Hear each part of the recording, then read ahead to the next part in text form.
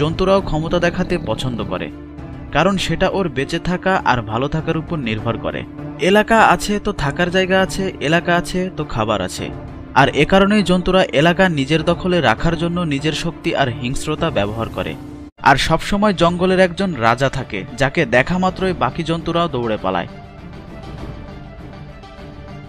সিংহ, বাঘ, ভাল্লুক, কুমির, স্নো লেপার্ড, পোলার বিয়ার এরা সবাই যার যার এলাকার রাজা।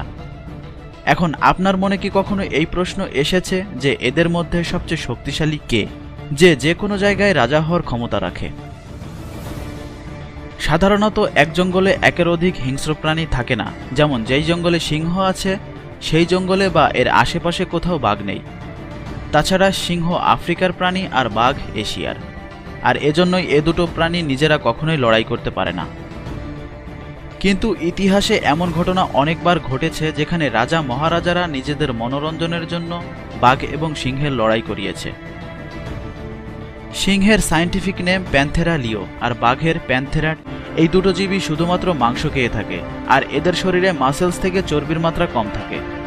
আর এজন্যই বাঘের ওজন বেশি হয়ে থাকে, কারণ বাঘের মাংসপেশি বেশি।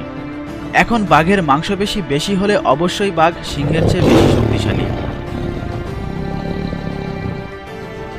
এছাড়াও এদের কাছে রয়েছে চিরে ফেলার মতো নখ আর হাড্ডি গুঁড়ো করে ফেলার মতো দাঁত।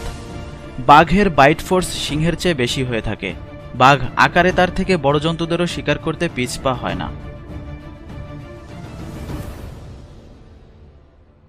আর সিংহ সাধারণত অলস প্রকৃতির হয়ে থাকে, আর এজন্যই এরা পুরো শক্তি দিয়ে কখনো লড়াই করে না। শুধুমাত্র ভয় দেখানোর জন্য এরা লড়াই করে। কিন্তু বাঘ একদমই আলাদা। বাঘ সবসময় একা থাকতে পছন্দ করে, অন্যদিকে সিংহ দল বেঁধে থাকে। আর এরা দল বেঁধেই শিকার করে, কিন্তু বাঘ নিজের শিকার নিজেই করে। বাঘ কোনো কারণ ছাড়াই যে কোনো সময় আক্রমণ করে বসতে পারে। বাঘ গাছে উঠতে পারে, সাঁতরাতেও পারে, কিন্তু সিংহ সেটা পারে না। এখন আপনি হয়তোবা ভাবছেন বাঘের এত ক্ষমতা, তারপরেও সিংহ কেন বনের রাজা? এর দুটি কারণ রয়েছে। একটি হলো সিংহ সামাজিক প্রাণী, এরা দলবদ্ধ হয়ে থাকতে পছন্দ করে। বাঘ সিংহের সাথে লড়াই করতে হলে নিজের ক্ষমতায় করতে হবে। অন্যদিকে সিংহ দলবদ্ধ হয়ে লড়াই করে বাঘকে মেরে ফেলতে পারে।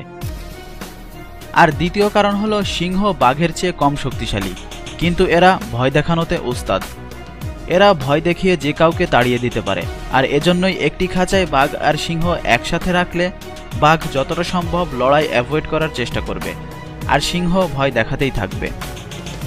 কিন্তু এটা ততক্ষণ পর্যন্ত যতক্ষণ বাঘের মাথা গরম না হয়। আর